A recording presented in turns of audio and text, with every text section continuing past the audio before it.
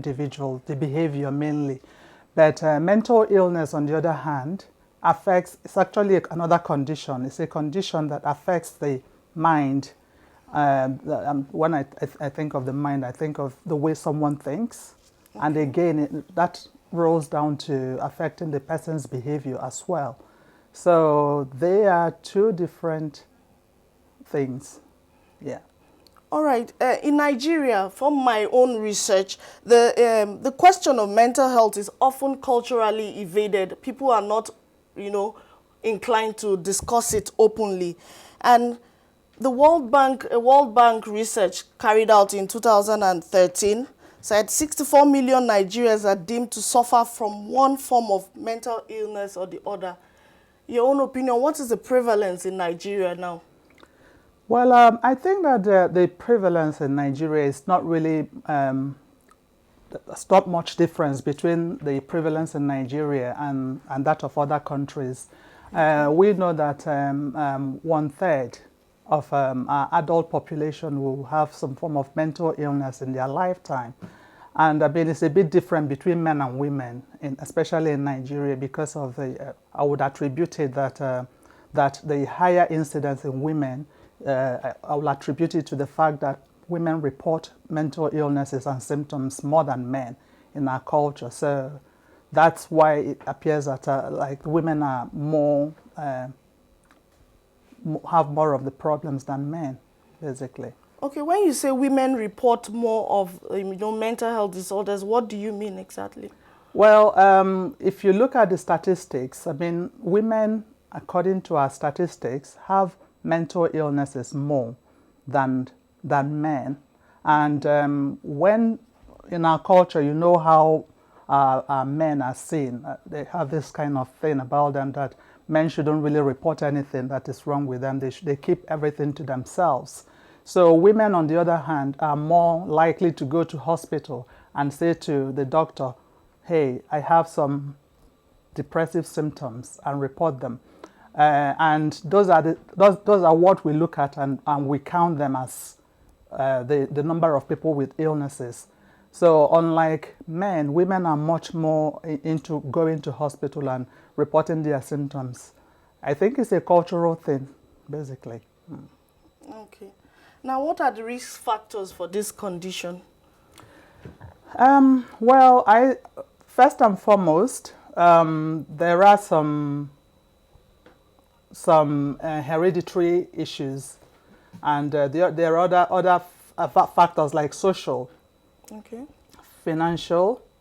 I mean, when people have stress, I mean, when you have someone that has kind of a family that comes from a family that has things that are supposed to be given to a child. For example, I'm looking at a child that comes from a middle-class family, and a child that comes from a socially deprived area.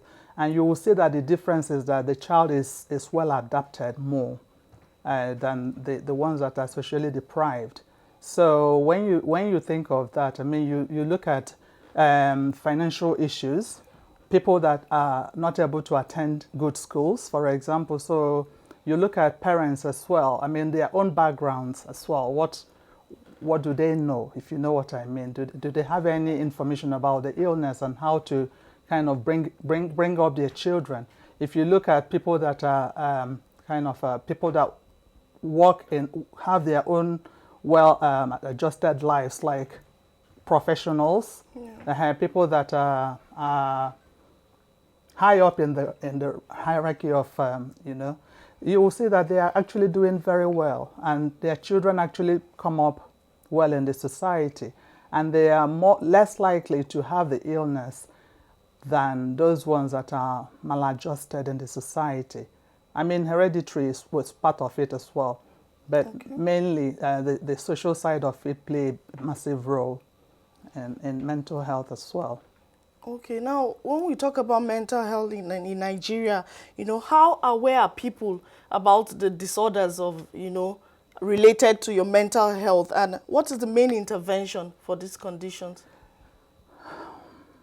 Unfortunately, Nigerians, I mean, we still not actually up to, we don't report mental health, and people try to hide them. What we need to actually do in this country is to demystify mental health, Okay. mental illnesses, in the sense that if we start looking at it as a normal condition, kind of normalize it. Because, I mean, if you think of mental illness, it's a condition that affects one of the organs. In this particular instance, it's not the heart, it's not the liver, it's not the pancreas, But it's the brain. Yeah. So it's just one of the organs. It's like someone with diabetes, but in this particular case, it's affected the brain. So we need to look at it as something that can happen to anyone as well. Just like diabetes and hypertension can happen, people can have it. Yeah. Yeah, so it's one of those things that we must actually embrace as part of what happens to people, and we must start dealing with it as such, rather than stigmatizing people, trying to isolate people and treat them as if they are totally different. I mean, what's the difference between the heart and the brain, for example? If you know, it's part of an organ in the body, so Yeah. we must see it as such. Well, but how expensive is it to treat mental disorder?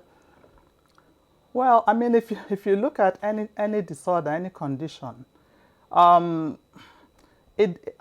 me it's not even as if you look at diabetes, for example, if someone has diabetes, that means that the whole of their lives they are trying to adjust the medication, the insulin, the other medications that they, even lifestyle and so on. So it's more of management. It's all about management, and that's what we have to do. We have to help the people with mental illness and manage their situations, and that's it's not more expensive than managing diabetes or hypertension. That's what I'm trying to say. It's just about trying to help them and recognizing that actually the sooner we start dealing with these issues as well, the better we're able to manage them in the long run.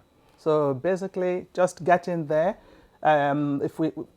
Just like anything, if you try and prevent them in the first place. So if you think of the prevention, then you think of the management. So if you try and prevent them in the first place, and then if the person actually has it, we manage it. You know, I walk on the streets of some states in this country, and really, really ashamed of our country somehow, because you see people with mental illness on the streets, naked. They're not well looked after. Think of this country. We have I'm sure it must be over 120 million population at the moment, and we just have 8 psychiatric hospitals. Just it. And just about 100 psychiatrists. Wow. That's and if you look at the people that actually have mental illnesses, look at their population as well, and you know that about 1/3 of the population.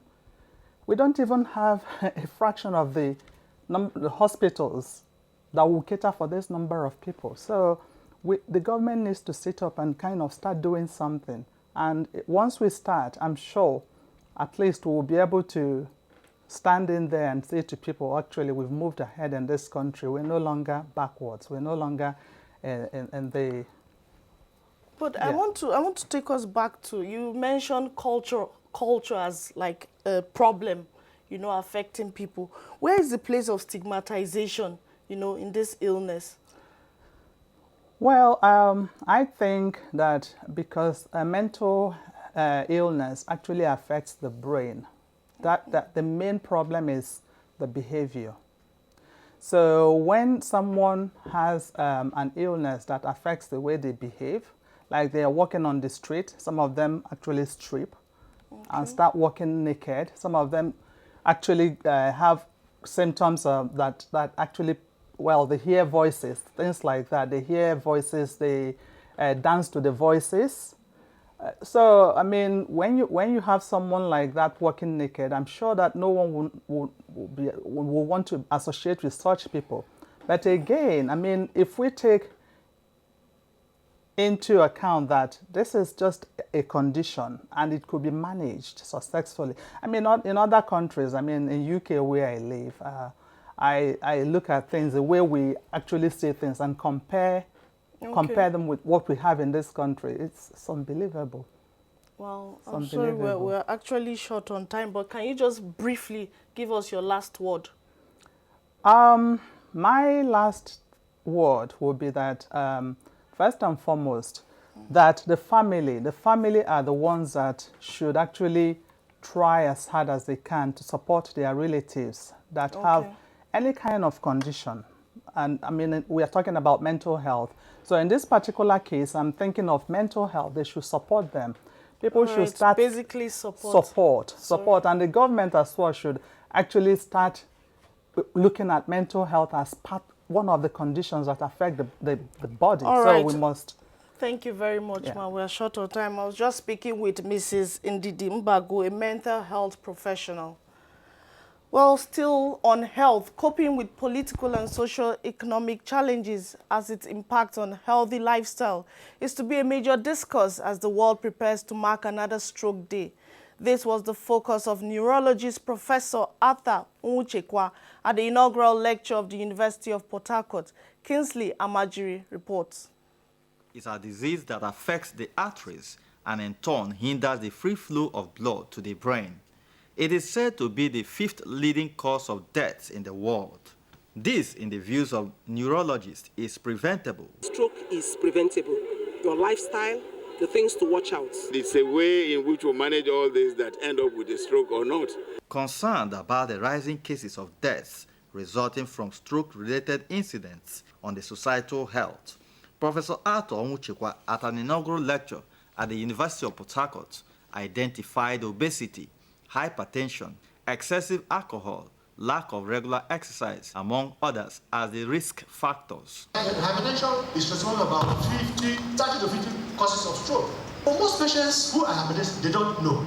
Stakeholders, however, called for joint efforts towards strengthening the health system, reducing the cost of treatment, and possible macroeconomic policies to discourage the sale of products that give rise to stroke.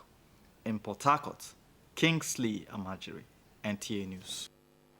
You can watch this news live online via the NTA mobile app, which you can download on your Android device at the Google Play Store or at the Apple Store if you use devices with iOS. We'll pause now for some messages. Panorama will be back shortly. Stay tuned. The struggle for independence had been a long and tough one.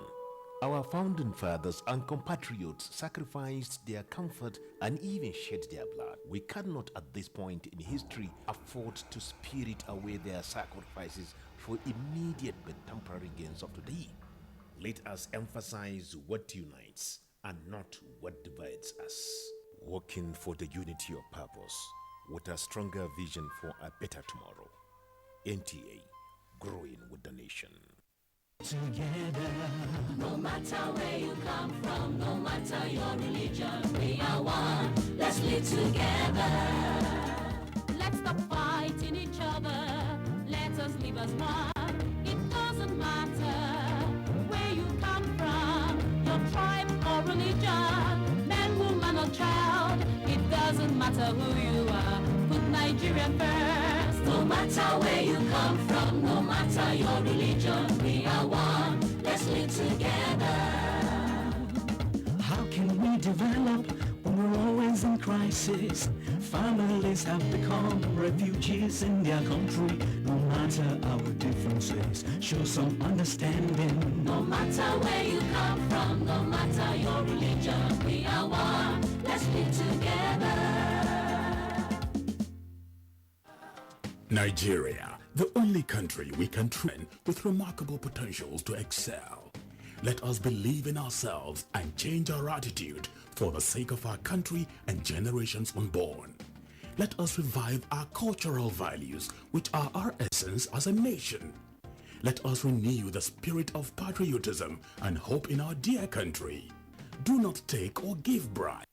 Be punctual always. No more African time. We can't expect to be global citizens and operate on African time. Join the queue. Insist that people are attended to on a first-come basis no matter who they are or where they come from. Nigeria, good people, great nation.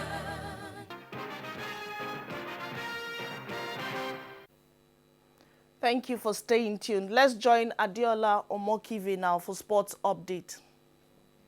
Nigeria will be the cynosure of all eyes come December when the Eco Atlantic Beach in Lagos hosts the 2016 CAF Beach Soccer Africa Cup of Nations. Chairman of the local organizing committee and first vice president of the Nigerian Football Federation, Sheyi Akinwumi, says Nigeria will put up a world-class tournament. CAF appreciates what Nigeria can do. He also appreciates that where we stand in the sports world and football world. It should be bigger than Copa Lagos because that's the plan, and in this tournament is supposed to help to increase the level. 8 teams are expected to feature in the 6-day competition. The 2 finalists will be Africa's flag bearer at the Beach Soccer World Cup in the Bahamas next year. The Super 8 tournament featured the 8 clubs that gained promotion to the Nigerian National League to determine the overall winner of a nationwide league. FRSC Football Club Abuja emerged champions by beating AS Racings of Lagos 3-2 on penalties after 1 goal apiece at regulation time. We at the Football Federation don't want them to continue recycling players. Let them come to the grassroots league so that they see the young talent we have, so that they absorb them into their league by next season, to introduce age limits in this competition so that we have really young talents playing in this league, which can now be used for the future. In the 3rd place, My People Football Club of Lagos beat Papilo Football Club of Owerri 4-0. Team Tomburn of Abuja has maintained its lead in a pulsating encounter which lasted for 2 days. Team Tomburn of Abuja and Leadway of Lagos had 3 points each from 6 matches. The mixed doubles became the decider as the pair of Moses Michael and Sarah Adegoke beat the pair of Monday Gbinovia and Ronke Akimbade 6-4-6 love for Team Tombin to win the tie 4 points to 3. The team event puts a different expectation on the players. It also puts some pressure on the coach to come up with the right tactics. With sports update, Adeola Omokivi, NTA News. Well, that's our package on Panorama, but before I go, do remember you can get all our stories and much more when you log on to our website, www.nta.ng.